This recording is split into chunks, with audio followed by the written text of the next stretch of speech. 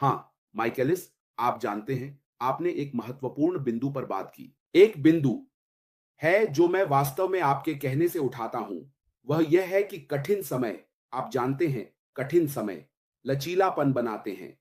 और जब हम अधिकांश कंपनियों को देखते हैं जो हमेशा मंदी के समय में सफल होती हैं, उनमें से कोई भी पहली बार सही तरीके से बाहर नहीं आया है। वे हमेशा टर्बुलेंस से गुजरते हैं और कभी-कभी उन्हें हार मानने का मन करता है।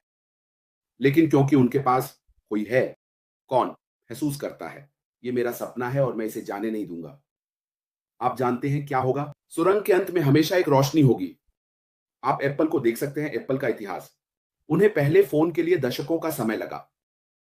आप जानते हैं, लोगों ने इस्तीफा दे दिया। जो सह संस्थापक के रूप में आते हैं, उन्होंने कहा नहीं, मैं और इंतजार नहीं कर सकता। अपनी स्थिति बताई और गायब हो गए। आज क्या हुआ? एप्पल को देखिए, $1 ट्रिलियन की कंपनी। और अगर आप उनके इतिहास को देखें, तो उन्हें यह आसानी से नहीं मिला।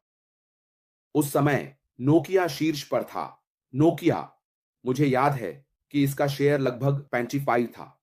एप्पल का कितना था? 5%। लेकिन बस सोचिए, अगर उन्होंने हार मान ली होती, तो एप्पल के साथ क्या होता?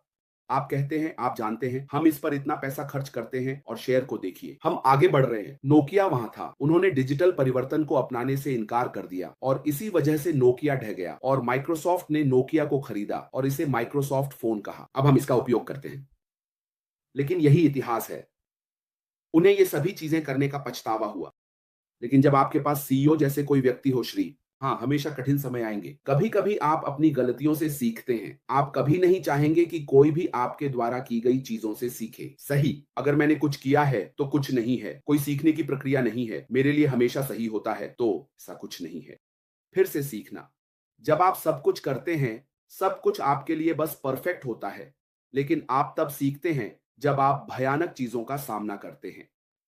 हमेशा कुछ ना कुछ सीखने को मिलता है। मैंने कहा, आप तभी असफल होते हैं जब आप हार मान लेते हैं। अगर आप अभी भी दृढ़ संकल्पित हैं, तो कोई असफलता नहीं है। अपने सपनों और लक्ष्यों को साकार करने के लिए आगे बढ़ते रहें। और यही श्री अश्वो फराह कर रहे हैं। कठिन समय इस आदमी के लिए कुछ भी नहीं है। जिन्हें उसकी जानकारी है, उनके लिए यह कुछ भी नहीं है। उसने मुस्कुराया। वह खुद करता है और अगली बात जो वह सोचेगा वो होगी। हम इस गंदगी से कैसे बाहर निकले? अगला कदम क्या है? वह कभी भी नहीं बैठा और शोक नहीं मनाया और नहीं कहा, ओह, आप जानते हैं, स्थिति खराब है, लोगों को गालियां देते हुए। नहीं, उसने कहा, हम इससे कैसे बाहर निकलें? हम इस गंदगी से कैसे बाहर निकल सकते हैं? और सुनिश्चित करें कि हम एक रास्ते पर हैं, एक कठिन सफर पर। यही उसकी सोच है। उन लोगों का मानसिकता जो दृष्टिवान होते हैं, वे हमेशा बाहर निकलने का रास्ता सोचते हैं। जब आप दरवाजा बंद करें, तो खिड़की की तलाश न करें कि कैसे बाहर निकलें, और बाहर निकलें जो मैं जानता हूं उससे कहीं ज्यादा उज्जवल। यहां तक कि सोचें, हे भगवान, यहां तक कि स्टेज और भी खराब थी। अब दूसरा चरण और भी बेहतर है। आप उन्हें अन्य अवसर देते हैं। वे आपको बताएंगे कि अगला चरण इससे भी बहुत बेहतर है। तो जब आप कठिन रास्ते पर होते हैं, तब हमेशा एक उज्जवल रोशनी होती है। हमेशा उज्जवल रोशनी, डबल, ट्रिपल। और यही इस तरह की कंपनी की खूबसूरती है, किसी ऐसे व्यक्ति के लिए जो दृष्टिवान है और कभी हार नहीं मानता। उसने कहा, आप जानते हैं क्या? हमें इसे तार्किक निष्कर्ष पर लाना होगा, क्योंकि ऐसे लोग हैं जिनका जीवन इस कंपनी पर किसी न किसी तरह निर्भर करता है। ऐसी कंपनियां हैं जो अपने व्यवसाय को बढ़ाने के लिए इस तरह की चीजों की तलाश कर रही हैं। आप और मैं जैसे लोग अब और नहीं हैं जो इस पर कुछ भी नहीं से एक व्यवसाय बनाने की तलाश में हैं। मैं मार्केटर नहीं हूं, लेकिन मुझे पता है कि मैं सबसे अच्छा मार्केटर बनूंगा, क्योंकि ये मेरे लिए करेगा। उत्पाद को प्राप्त करना और बस एक बटन दबाना और वे मेरे लिए काम कर देंगे। अगर ऐसा कोई स्थान हो तो मैं फिर से क्या चाहता हूं?